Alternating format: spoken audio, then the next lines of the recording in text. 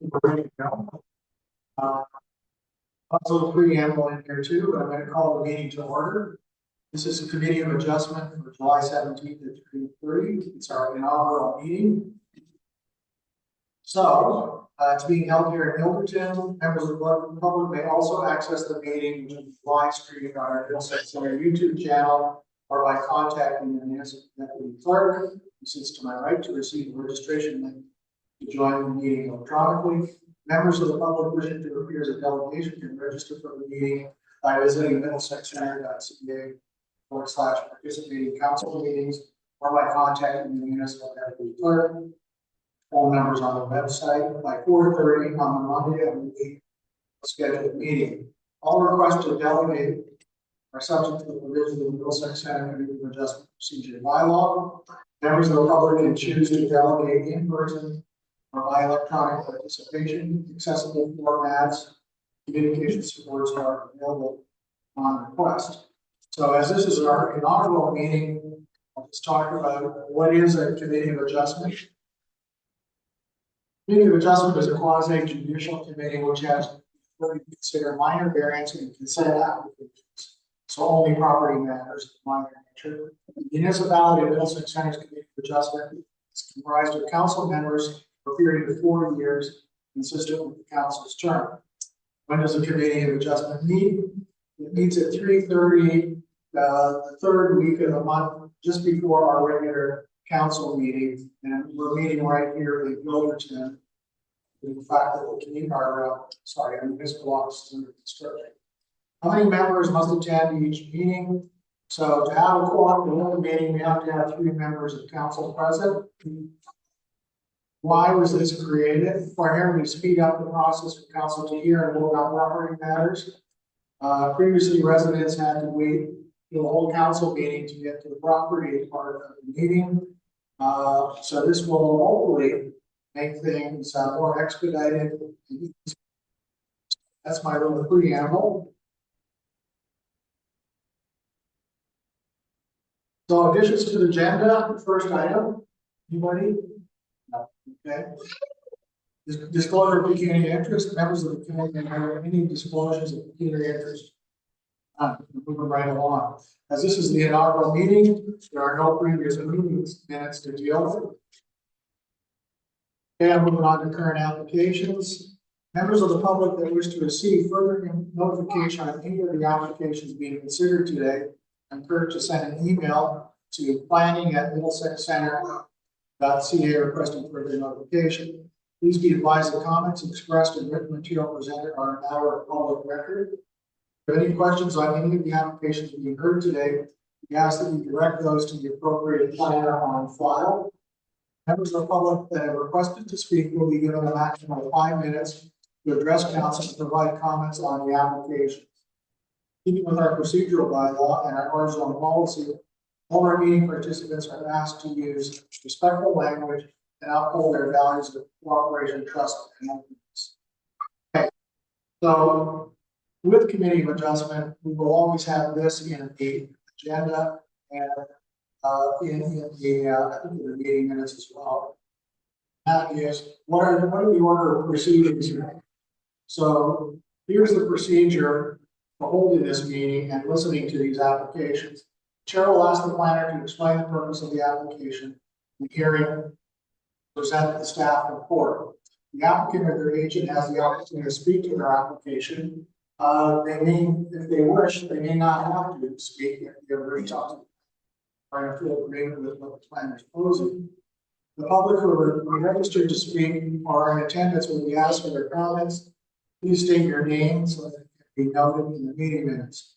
The municipal clerk or planner will note additional comments received from circulating agencies and the public not included in the planning room. Committee may then ask questions of the applicant and staff. The chair will then consider motions regarding the applications. Okay, so that's the order of procedure. So we're going to call on the first application for minor variance, which is number A082024. The planner on this is Marion Cabral. Elena De Silva, the applicant, is in attendance to answer any questions that you have. So This is a minor variance application filed by Millstone Homes on behalf of Adam De Silva and Elena De Silva. So I will turn it over to Marion, to present your report. For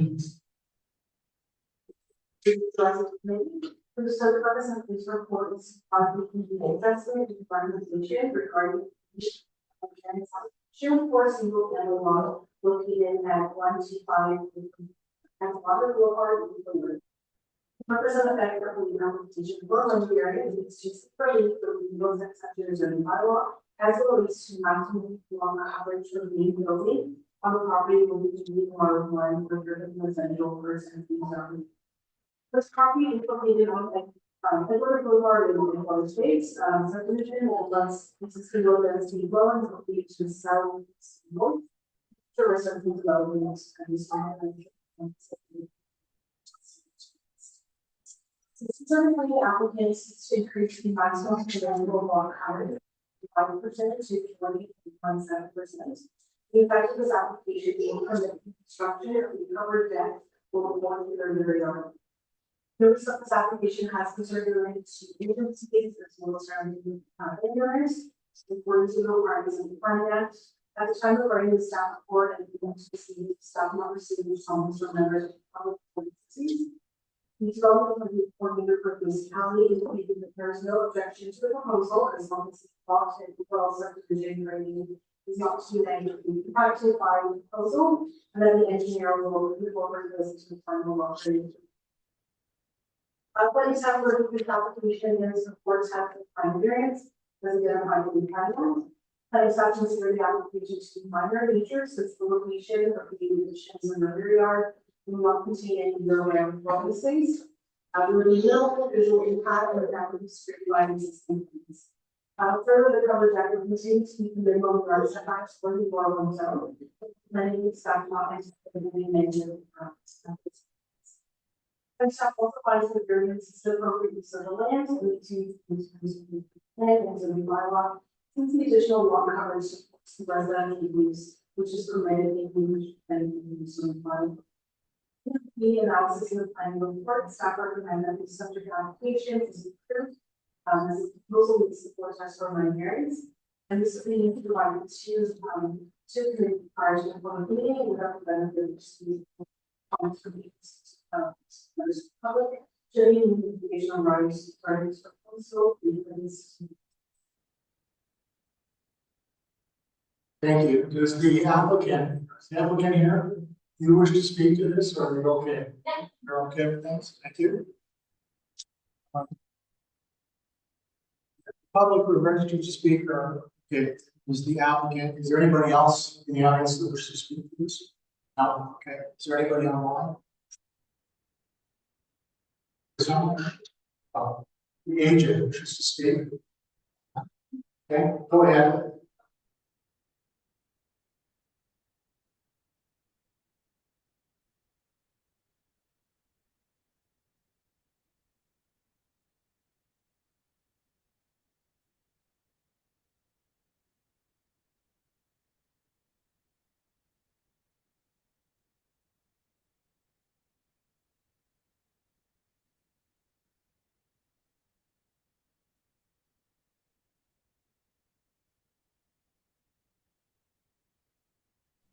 Yeah, Justin, are you there?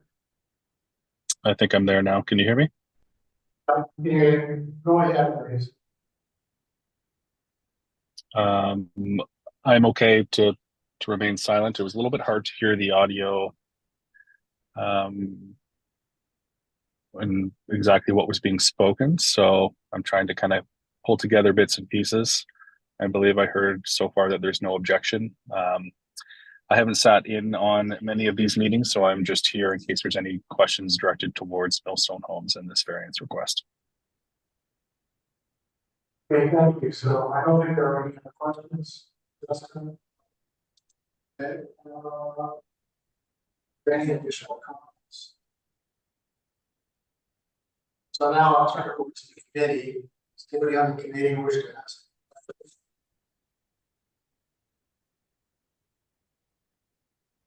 So now I'll consider motions regarding the applications. Seconder. Scary. Okay, on to the next one. Next one is an application for minor variance A11-2024. Minor for this is Dan Fitzgerald, is here today. This is a minor variance application filed by Derek and Alexandra Stevens. And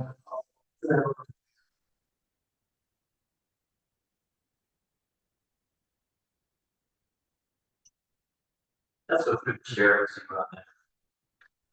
today. Hello, my name is Dan Fitzgerald. I'm management planning with Essex County, providing financial management this year. So in this particular case, item 5.2 on the agenda is a minor variance, which is a request to increase the maximum permissible size for an accessory structure that's located in the urban residential density zone.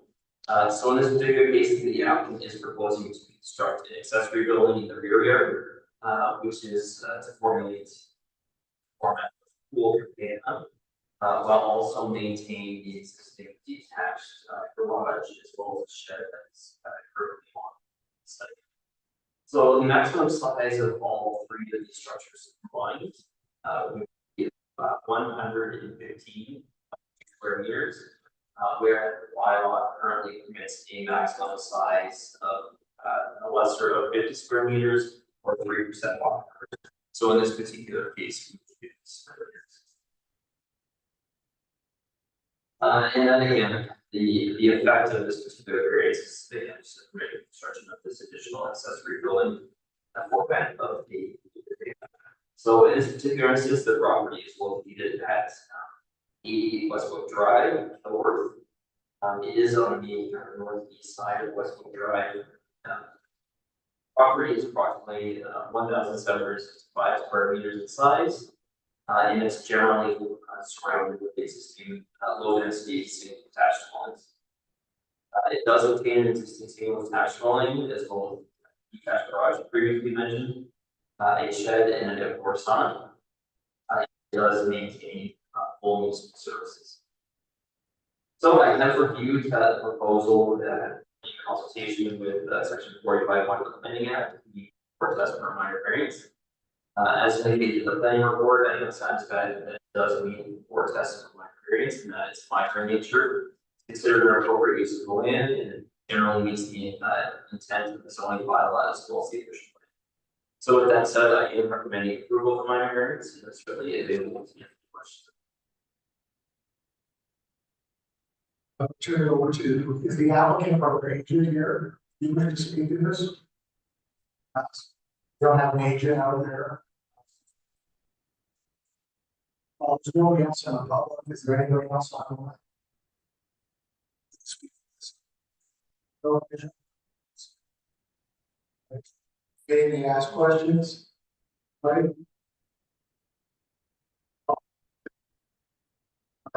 So now I'll consider. It's decided, all in favor? It's passed. Thank you. All right, next application is for consent. It is D072024. Dan Fitzgerald is the planner, and I'll call on Berkeley King and Crowley agent for the applicant. She is in attendance virtually, I think. So I'll turn it over to Dan. Through the chair, thanks, Chair, members of the committee. So this particular consent application is for a property that's located at 2242 Jeffries Road. You may be more familiar with it as a home hardware site as well as the two restaurant there and an office building. This particular portion or this application is subject to the last remaining undeveloped portion of that particular property. And a bit of history maybe on that. This site was previously subject to the zoning bylaw amendment application as well as an official plan amendment application. And those two concurrent applications essentially rezoned and redesignated the lands for a medium density residential development to occur at this particular parcel. So with that said, the purpose and effect of the consent application is to sever that residential portion from the existing commercial portion. The application would sever a lot of frontage of approximately 9.76 meters on Dawson Drive and an area of approximately 1.09 hectares. The retained commercial lot would maintain frontage of approximately 200 meters on Jeffries Road and also maintain an area of approximately 1.87 hectares. And again, the effect would be to create a new lot, and that purpose of the new lot is to establish that multi-unit residential development format of both street towns and stack towns. As I mentioned, this portion of land was subject to a previous zoning bylaw amendment. The existing zoning on this portion of land is urban residential third density exception zone. That's a UR 3-27. It does maintain 3 separate holding provisions, being H2, H3, and H7. So with that said, what they're looking to do in this particular junction is essentially remove that commercial portion from the residential portion, so they're able to develop that intended residential portion as per the approved zoning. So with that said, we have reviewed the application against both the policy statement, the county's official plan, as well as Middlesex Center's official plan. As indicated in the reports, we're generally in agreement that sellers make sense based on the original proposal for the site and what council previously considered an approved development control. I would note to the committee that this site will be subject to the comprehensive site plan process, which will essentially ensure that all engineering matters as well as zoning matters are addressed through the development of the project. Just note that the proposed size for the severance meets the requirements of that zone that is placed on the lands. So it would not create an additional requirement of. So with that said, I am supportive of the proposed severance against just having no subject to the conditions that are listed in the planning report. So thank you, and I'm certainly available to answer questions that council may have or public. Just before I finish, I forgot to mention we did receive comments subsequent to writing the planning report and posting it online. Those comments, as my understanding, have been forwarded to the committee in advance of the meeting. I have seen a few of the comments come through. They primarily seem to relate to the actual use of the property rather than severing it in between the two parcels. But I just felt like I should respect. Thank you, and certainly available to you. Thank you, Dan. Okay, turn it over to Caitlin Crowley, agent. Are you out there, Caitlin?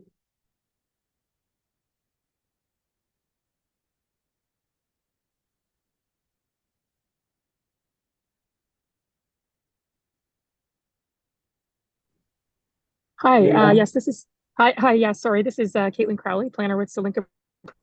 I am in agreement with Dan's staff report. I have nothing further to add, but I am available to answer any questions if the committee may have any. Good. So just to acknowledge what Dan had said, there were a number of people that wrote in just to acknowledge them. Gary DeJean, Kilder Heights News, David and Patricia Cassidy, Charlotte McLean. So we got your letters. There's nobody in the public here. Is there anybody in the public online? We've talked about the additional letters that have come in. Does the committee have any questions? Council members?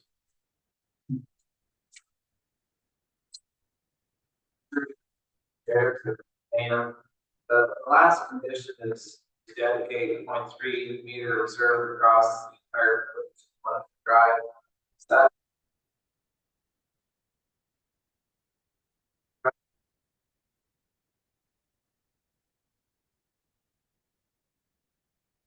Through the trade, that's correct. So typically when the development files onto a county road, county engineering automatically requests that the land dedication occurs to ensure that this is correct, ensure improvements, and then the secondary is that a reserve be placed on frontage.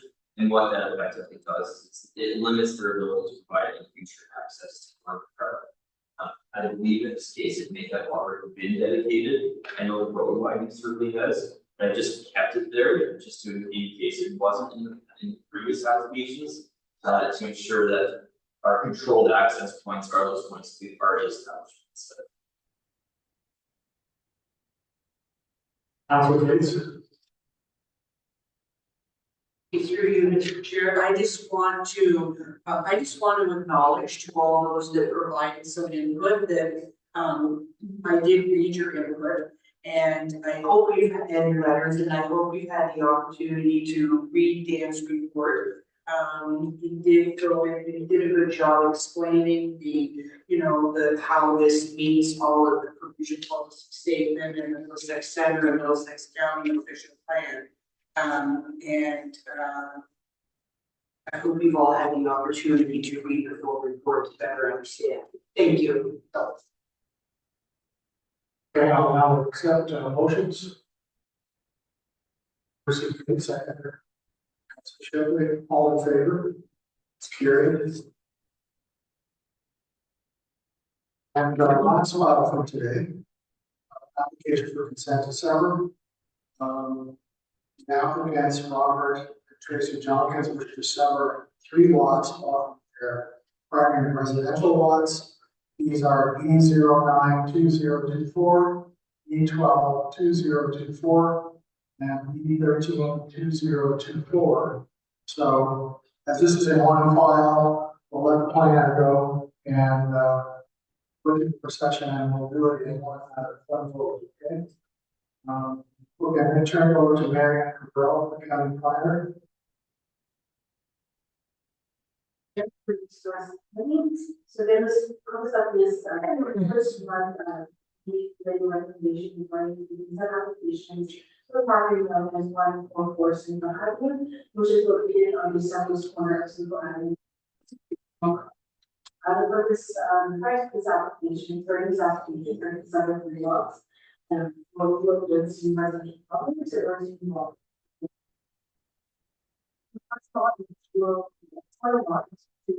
And I think done approximately 70 feet on Main Street, in an area of just over 9,400 square feet. The second and third lots will have some dimensions, so the frontage is on 5 Street, and area of approximately 7,400 feet. Again, the team hall, which contains the existing house, will maintain a frontage of 107 feet on Single Avenue and an area of approximately 27 feet. The subject plan again contains the single detached dwelling and accessory building in the shed. The dwelling is serviced by municipal grade water as well as a municipal sanitary sewage system. Starting by uses are carrying out residential in nature and community park facilities, as well as the railroad corridor that is to be. These applications are circulated to institutes and public affairs headquarters in Canada. I know that staff did receive the letter from the public design review related to subdivisions. The primary concern related to what primary setback as well as the sidewalk setbacks were the developments. And as well as the form of the housing on this property. At this time, the applicant considered on the 4.1 zone, which is what was requested by the who requested for setbacks, checking those, sending from the side yard setbacks, as well as years from the primary setbacks. However, this does not prevent any future applicants or landowners or builders to apply for findings in the future. However, that is up to the description of. The municipalities, CDM reviewed applications for requests, then by the operating plan as well as water and sewer connections required to finalize the consent. And in public works management, the rent department requesting standard conditions for such urban areas. This includes submission of stormwater management versus well tourism drawings, as well as payments of passion.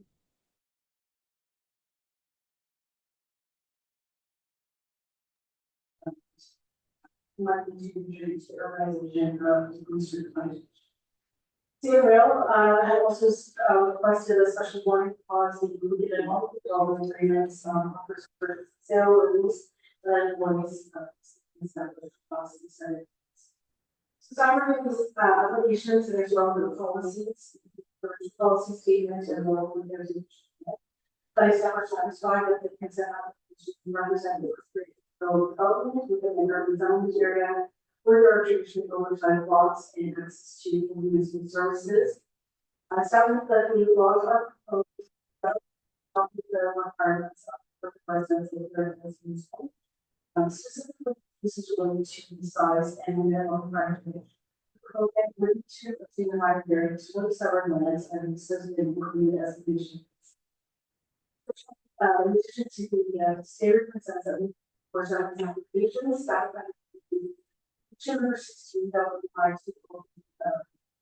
seven applications, and this is the cost to organize the differentiation for all three laws. And just to clarify that the applicant needs to require to submit a total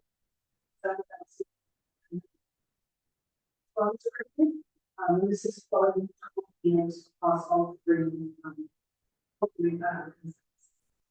regular approval of consents in 9, 12, 13, 34, subject to the system conditions and noted in the staff report. Purposes of consents are consistent. Yes, it conforms to county and those exceptions. And it's subject to conditions proposing to work by the police. Again, information considered by the team.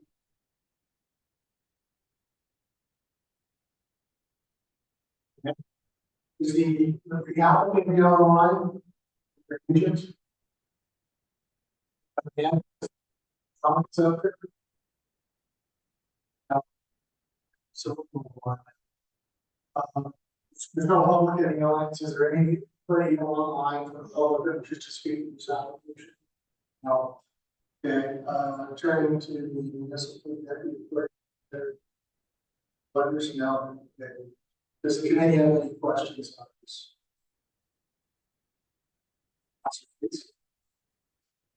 Through you, Mr. Chair, to Mary, and I just have a question of something that you just said. I didn't catch all of it. If you could clarify, what would they need the future minor areas for? Chair, the requirements would be to address the minimum lot frontage and the minimum. Smaller. Okay, I got you. Thank you. Anybody else? Okay. So just to reiterate, and I'll read it out, we are voting for three severances, BO number 2024, B12 2024, B13 2024. So I'll entertain motions. One over. Thank you. Everyone in favor? That is security. It's part of the in a motion. Oh. Sorry.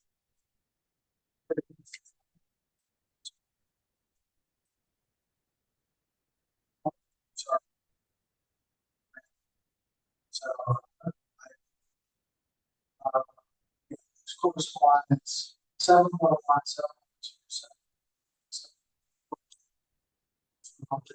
Conservation Authority. Applications. And we have 7.5, which is Kilbert Heights views comments. And you see the application, and we have 7.6, which is Hydro 1 comments.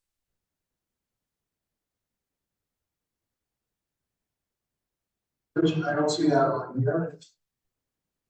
Does anybody have any comments or questions on that?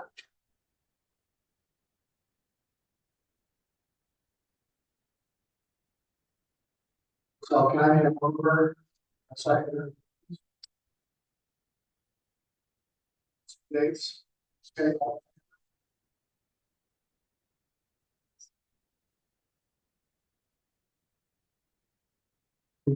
Notice of motion, are there any notice?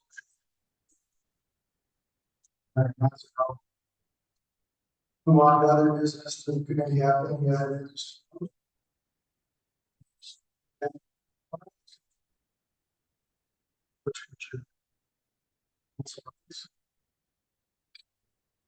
Yeah. Councilor Gates. Okay, thank you, all in favor.